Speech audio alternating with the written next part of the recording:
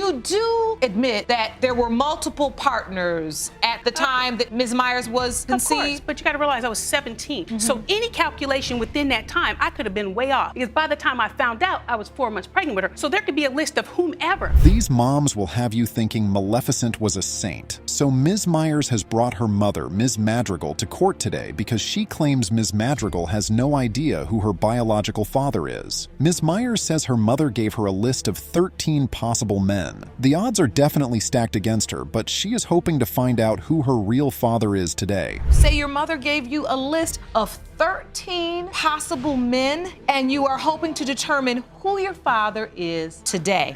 The court has located 2 of the 13 men and has already ordered paternity tests to be administered. Ms. Madrigal, you admit to having a laundry list of potential fathers, but hope today answers your daughter's lifelong question. Ms. Myers explains that when she was 13 years old, she had a father figure in her life who passed away. She needed closure and to find out who her real father was. Ms. Madrigal tells the court that over the course of a year or more, she would give Ms. Myers names of potential fathers, which Ms. Myers felt was like a joke to her mother. Ms. Madrigal, as you're giving your daughter this list, and I do not mean this in a joking way. Right. You couldn't narrow it down from 13? You know, the 13 that she's named it's like 13 ghosts. What about pick any man in Seattle?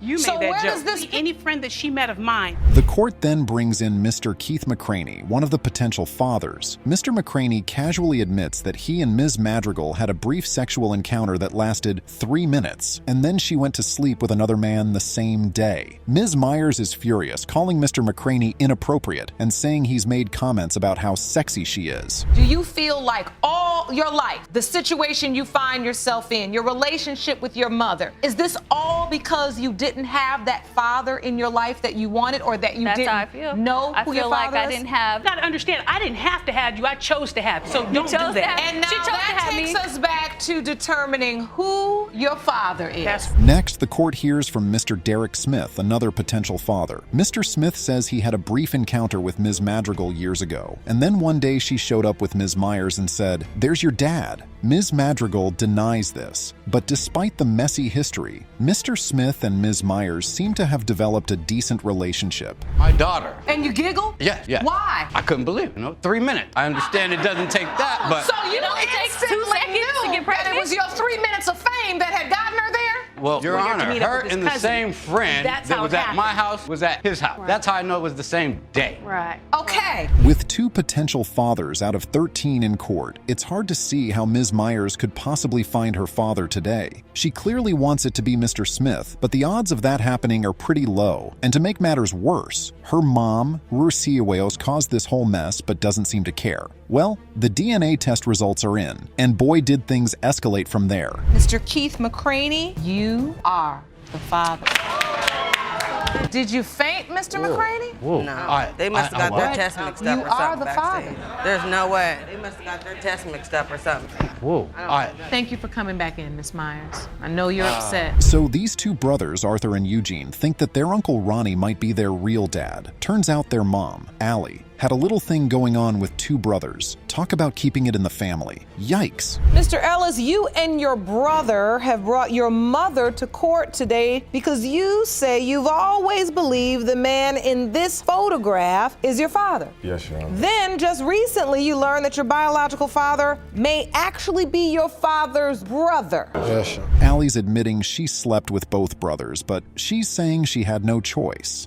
I don't know about that. Sounds like she was living with Ronnie and just couldn't resist, if you ask me. And the way she's talking about staying alive and all that, it's like she was some kind of damsel in distress or something. What about you? That's my dad on the screen right there, John Ellis. He got to be my dad. So, Miss Shivers, Yes. you admit you slept with both brothers. Yes, Your Honor, I did. I had no choice. I had nowhere to go. And I ended up at Mama Mildred's house where Ronnie lived. We got intoxicated. We had a one-time thing, and that was it. And then Ronnie shows up, and he's all like, I don't know if I'm talking to my son or my nephew. The judge is trying to make sense of all this, but it's just a tangled web of lies and secrets. The boys are devastated, which is understandable. I mean, finding out your whole life has been a lie, that's gotta be rough. Mr. McClellan, thank you so much for joining us today, talking about the issues surrounding their paternity. And we're also here hearing testimony from Ms. Shivers that makes sense of all of the confusion. She said she slept with you and your brother, and now you may potentially be Arthur's father. And then Allie drops another bomb, saying there might be a third potential dad, this Cool Breeze guy. Seriously, how many men was this woman messing around with? It's like she was running a one-woman dating service or something. Oh, and can we take a minute to think about how crazy the name Cool Breeze is? After confusion and secrecy after secrecy, and your mother's openly saying, I was in a different space and time and trying to stay alive. I'm dating these older men. I'm this young woman. But as the story continues to unfold, potentially there could be another man that could be his father. Allie's just sitting there, soaking it all in. She's not proud of the mess she's created, but it doesn't change the fact that she's a big part of why they're all there. The boys are really trying to hold it together, but you can tell they're hurting. You and your brother to have the same dad? I see you're emotional. What are you feeling? You say you need we that. gotta have the same dad. It's emotional to both of us. We got into it, last night over it, find out our identity. So they can go on And so have a life. this not knowing, this confusion is making issue with you as brothers? Everything was based on a whole bunch of lies. The DNA test results are in, and the judge is finally ready to reveal the results. And folks, the tension in that courtroom was off the charts. Everyone's holding their breath, waiting to find out the truth. John Ellis is your father. I knew that. I have the results for Arthur as well. Are you ready? John Ellis is your father. I know, that's why I'm here. Sorry, Mom. It's all right. I told you boys the truth. So gentlemen, you have the truth. This paternity court episode was wild from the start. Ms. Matthews claims her ex-boyfriend, Mr. Moore, is the father of her 3-year-old daughter, Zania. But Mr. Moore is not so sure. He says Ms. Matthews was seeing other guys during their relationship, and he's not convinced little Zania is his. Having an extremely complicated relationship with the defendant, Mr. Moore. Now you say you're here today to prove that he is your 3-year-old daughter, Zania's biological father. Yes, Your Honor. She waited to notify you about her pregnancy because she was uncertain if her unborn child was yours. Yes, Your Honor. Right off the bat, the judge grills Ms. Matthews about why she waited 4 months to tell Mr. Moore she was pregnant. Ms. Matthews says she was having complications and didn't know if the baby would survive. Mr. Moore then pulls out some juicy evidence, a photo of Ms. Matthews kissing another guy. She also admits to busting Mr. Moore's car window out of anger over that photo. So you were in a relationship with Mr. Moore. Yeah. Now he says you didn't tell him you were pregnant until 4 months. No, we was on and off. I didn't tell him I was pregnant because it was something I went to the doctor in Alabama. So I didn't know what I was gonna do. I didn't tell some of my family members either because I didn't know what I was going to do. Then Mr. Moore's niece, Miss Thomas, takes the stand. She drops a bombshell. She says Ms. Matthews is known around the neighborhood for getting around and even claiming to be pregnant by different guys before. Miss Thomas says she's seen Ms. Matthews with other men who look just like Mr. Moore. Whoa, so Ms. Matthews might be trying to pull a fast one here. This picture, This is calling a his window, phone, so it's okay to bust a calling his window phone, and they're answering the phone, hanging up, playing, oh, B word, you're mad, the tire, and I broke your back window. Okay. You're in a relationship, what you guys call a relationship. However, one Throwback Thursday, you post a picture, you kissing somebody else. The craziness continues when Miss Thomas says Ms. Matthews' 3-year-old daughter, Zania, calls 3 different men Daddy. Ms. Matthews immediately shuts that down, saying Zania only calls her granddad Daddy. But Miss Thomas insists Zania has been seen sitting on the porch with a snotty nose and dirty clothes, implying Ms. Matthews isn't taking good care of her. You have serious doubts as it relates to the paternity of Zania. Absolutely. Nothing's good. What is $20 a week? $20 a or week. a month? Okay, well, why don't you ask those guys? And your to put up in doubts, your hold on. driveway? Why do you have doubt that your uncle is the father of Ms. Matthews' child? Because Miss Matthews, she gets around. The whole hood knows her. It's nothing new. The judge judge tries to get things back on track, asking to see Zania's birth certificate. Surprise, surprise. Turns out Mr. Moore's name isn't even on it. He didn't sign it because he had doubts. Ms. Matthews claims Mr. Moore didn't even come to the hospital, but Mr. Moore says he did show up but left because he was already hearing the rumors about Ms. Matthews. I've never been pregnant before, except for my daughter. Saying that she was pregnant previous times. Yeah, by different dudes. Do you have any proof, not just known around the neighborhood? Yes. No, we said proof, not verbal. The day after Prime, I seen her with some dude that looks exactly like my uncle. I'm like, Mrs. Matthews is here with some dude that looks just like you that I told you last time I seen her with. The judge gives a heartfelt speech about how this is all about little Zania, not the adult's drama. She says Zania deserves better than this back and forth. Mr. Moore says he's ready to find out if he's the dad, but he's also got a whole life ahead of him regardless. Ms. Matthews gets defensive, accusing Mr. Moore is just partying and drinking all the time. No. My best friend lives directly Please look at my across the street daughter. from Mrs. Matthews. And Do y'all see the type of guys coming in and out the house. There'll be guys coming in and outside the house, and Zanaya will just be sitting on the porch with her nose snotty and hungry. Really? And then every What? time she comes over, she has the same clothes on, like she has a snotty nose and dirty clothes? I mean, of course not right now, but of course never. Finally, it's time for the DNA results. Little Zania doesn't know it, but the envelope in Judge Lake's hands could change her life forever. Mr. Moore, you are not her father. That's what I'm talking about. That's what I'm talking. I'm done. It's over with. I mean, I'm not shocked. I got my whole life ahead of me. I'm done. You know what I'm saying? I wish you the best. My baby gonna be fine. I'll take care of my baby by myself. I wish you the best. So, Ms. Matthews, I asked you several times if there could be another potential father, and you said no. Oh, looks like we've got another case of a married woman cheating on her husband. This is gonna be messy. Judge Lake is about to get the tea on Miss Vargas and her shady behavior. Let's see how this all plays out. Mr. Angelari, you claim the defendant, Ms. Vargas, was married and having an affair with you when she got pregnant. Yes, Your Honor, that's correct. Now, you say she initially told you that you were not the father of her 11-month-old son, but then dropped the bomb that the child was indeed yours after her marriage was over. That is correct. Mr. Angelari claims that Miss Vargas told him the baby was his, but then she went and said it was her husband's. What a mess. Miss Vargas admits to lying, saying she was trying to save her marriage. But now that it's over, she's ready to prove Angelari is the dad. Looks like she's just trying to get some child support out of this guy. Can't blame a girl for trying, I guess. You know, had sexual intercourse. You planned to get me pregnant. I feel like you did. Oh, no, that's a lie. Hold on. That you may hear some things that will evoke intense emotion. Yes, Your Honor. But you're not gonna clown or act fool or use inappropriate language in this courtroom. You understand? Yes, Your Honor, I apologize.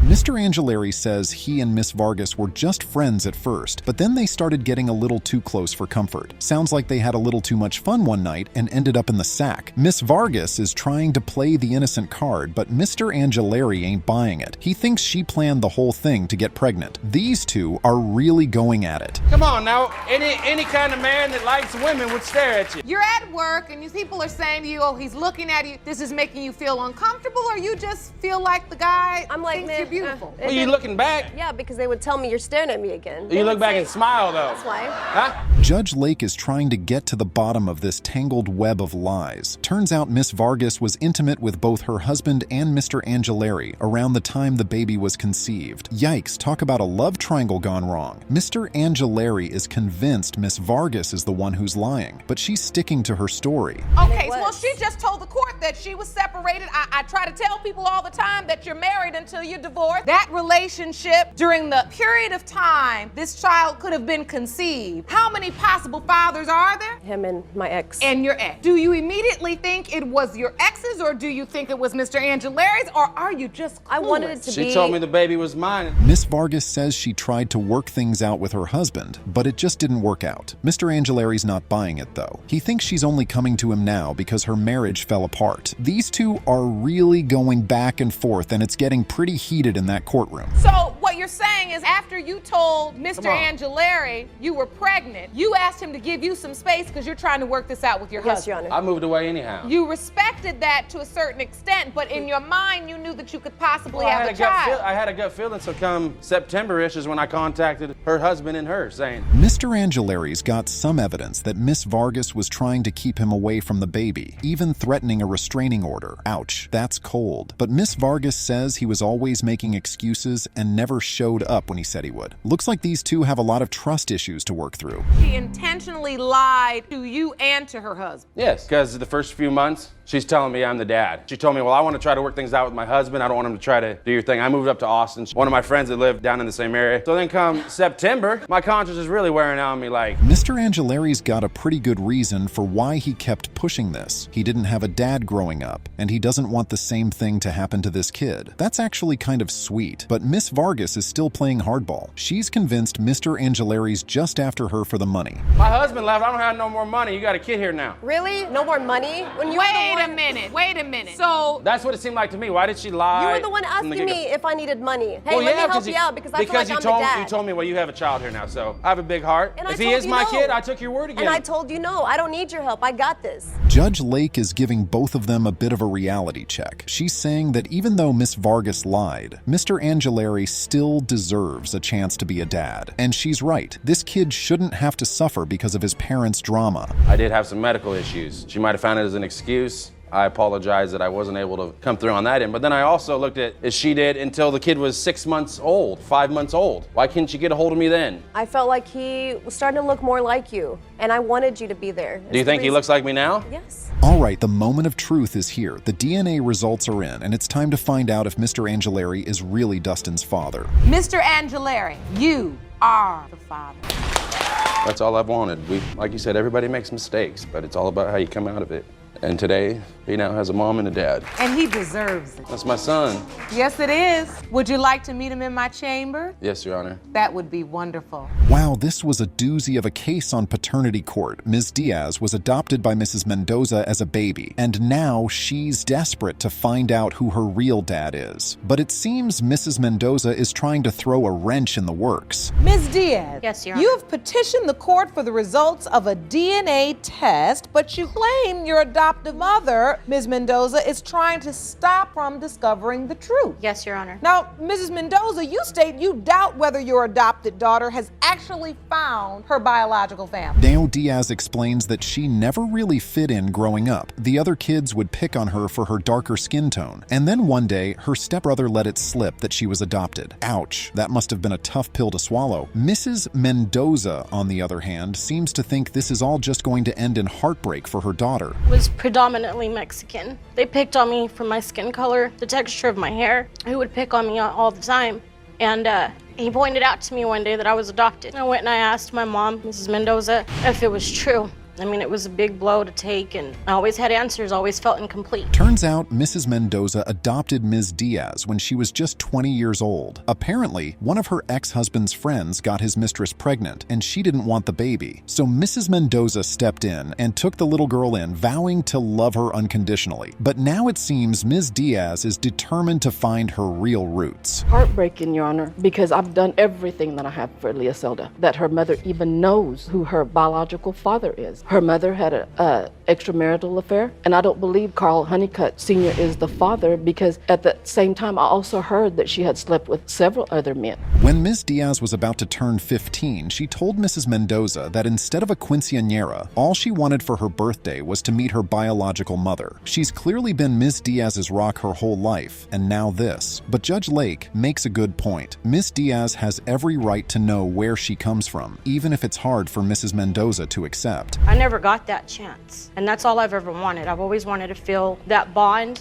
I feel a bond with her because she's always been there for me, but I also have the right to know who my real family is as well. Trying to hurt her in any way. I have to acknowledge two things at this point. First, that you most certainly have the right to know. Back in 2001, Ms. Diaz started searching for her biological dad, but didn't get any leads until 2013. That's when a guy named Carnell Honeycutt Jr. reached out, saying he thought they might be related. Mrs. Mendoza seems worried that if this Carnell guy turns out to be the dad, Ms. Diaz will just abandon her. That we may share the same father. Now, did you talk to your mother, Mrs. Mendoza, about this? Definitely. I mean, I called her right away. And what was your response, ma'am? How did you feel about? I'm happy in a way that she's always wanted to know who her father was. And I don't want to deny her that. My fear, Your Honor, is that once she does find out. When Ms. Diaz told Mrs. Mendoza about about Carnell, her adoptive mom said she's happy Ms. Diaz wants to know her roots, but she's scared the results will just leave her heartbroken again. Oof, you can really feel the tension here. Mrs. Mendoza has done so much for Ms. Diaz, but now she's worried that all that love and sacrifice might not be enough. I appreciate everything that you've ever done for me. Don't get that wrong. It's hard to explain to strangers that you're my mom. And with them going along and saying, oh, well, you don't look like her. But Lisa, the blood doesn't make you family. I know it doesn't, but I still have the right to know. And then Mr. Honeycutt shows up in the courtroom, and it turns out his dad, Carnell Sr., is the one who told him he might have a child out there that was given up for adoption. Wow, this is getting juicier by the minute. Mr. Honeycutt says he and Ms. Diaz definitely favor each other, and he's excited to potentially have found his long-lost sibling. How did you connect with her? You saw her ad. I was talking to my dad. I was asking him, if he would ever have any more kids. Honestly, I possibly have another. He was like, yeah, this girl I used to date way back, she gave this baby up for adoption and never got to, see it because he didn't know if it was a girl or boy. Miss Diaz is a total emotional wreck, understandably. She's been searching for this connection her whole life, and now it might finally be within her grasp. But she's also worried about hurting her adoptive mom, who's been there for her through thick and thin. You can tell this is a really tough situation for everyone involved. I mean, I thought one person was, and it turned out that wasn't the person. And then when he threw the name out there, I did hear that name, but I never thought to look for him. Did she tell you that Mr. Honeycutt and his family had reached out to her? Yes, ma'am, she did. Did you, in your mind, remember anything from the past that this could potentially be the guy? No, ma'am. And then Mr. Mendoza, Ms. Diaz's adoptive dad, chimes in. He's clearly upset about this whole thing, saying it makes his wife upset and hurts the whole family. He just wants Ms. Diaz to quit searching, because every time it doesn't work out, it's just more heartbreak. Ouch, this guy is not holding back. Put into words what you're feeling? If the test comes out positive, I'm gonna be happy. I mean, it's been a long 30 years not knowing. I feel bad at times because I didn't want to hurt anybody doing this. It's just I have to know. I have to know so I can move on. I have to know so I can put this behind me. And then the moment of truth, the DNA results are in. The judge reads them out, and that's when things got really interesting. Whether Leocelda Diaz and Carnell Honeycutt are related as siblings is 0.6%, which means they do not share biological parents and are not siblings. This is exactly what I was scared of, Your Honor.